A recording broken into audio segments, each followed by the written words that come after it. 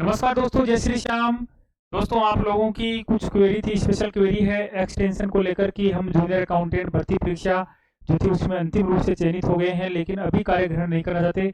हमें कुछ समय और मिलना चाहिए, या किसी कार्य में लगे होंगे या कोई कोर्स करे होंगे, किसी की अस्वस्थता है या अन्य कोई कारण है, उसके आधार पर वो उनके ऐसी कोई समस्या होगी तो वो पूछ रहे थे सर किस आधार पर हम एक्सटेंशन ले सकते हैं। ठीक है, गहलोत जी कह रहे हैं जो पहले किसी गवर्नमेंट जॉब में हैं और एक्सटेंशन लेना चाहते हैं उनके लिए भी बताओ सर कैसे एक्सटेंशन ले सकते हैं।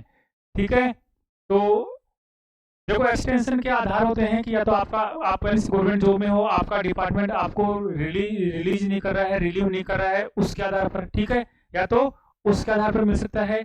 उसमें भी आप कारण बताएं किस कारण आपका डिपार्टमेंट आपको रिलीव नहीं कर रहा है। मोस्टली अगर जिसने डिपार्टमेंट ने आपको एनओसी दी है, अनुमति दी है, तो उसको रिलीव करना ही होता है, तो वो कोई कारण नहीं बनता है।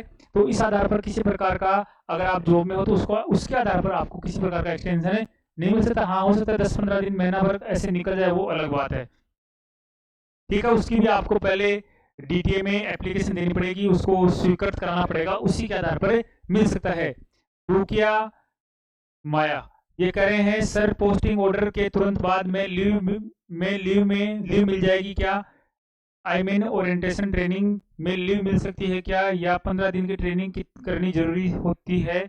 प्लीज रिप्लाई करो। देखो अपन ये सिविल सर्विस है, सिविल जॉब है, ठीक है, इसमें छुट्टी की ऐसी कोई समस्या नहीं होती है। ओरिएंटेशन ट्रेनिंग आपके लिए काफी इंपॉर्टेंट है। इस ट्रेनिंग के बाद में, इस ट्रेनिंग में आपको हमारे सीनियर से मिलने का मौका मिलेगा। ठीक है, सीनियर से मिलोगे और आपको कई कई प्रकार के कार्यों के बारे में जानकारी मिलेगी। तो मेरा तो कहना ये है कि आप ओरिएंटेशन ट्रेनिंग में पूरी तरह से हिस्सा लें। ठीक है, ओरिएंटेशन ट्रेनिंग में हिस्सा लेने के बाद ही आपको काफी अच्छी नॉलेज होगी। ठीक है, तो पोस्टिंग के तुरंत बाद आपको छुट्टी मिल सकती है। ऐसे नहीं है 1-2 दिन की तो छुट्टी बीच में मिल जाती है, लेकिन ऐसे नहीं कि 15-20 दिन की आप छुट्टी ले लो।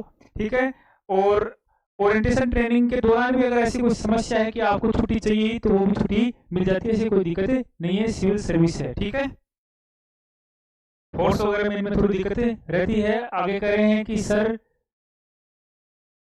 सर्विस एक्सटेंशन कितना ले सकते हैं, ये डिपेंड करता है आपकी क्या समस्या है, किस आधार पे ले रहे हो। ठीक है, बाकी यह है कि महीने, 2 महीने, 3 महीने ऐसे कुछ मिल सकता है, वो आपकी कंडीशन पे डिपेंड करता है किस कंडीशन के लिए ले रहे हो। फिर कुछ अभ्यर्थी ये पूछ रहे थे सर किस आधार पर एक्सटेंशन ले सकते हैं, आपका कोई ऐसा रेगुलर कोर्स है जिसमें आपको रहना वहाँ पे जरूरी है। ठीक है, और आपको वो कोर्स में आपका महीना 2 महीना ऐसा कुछ बचा है, तो या तो एजुकेशनल आधार पर हो सकता है।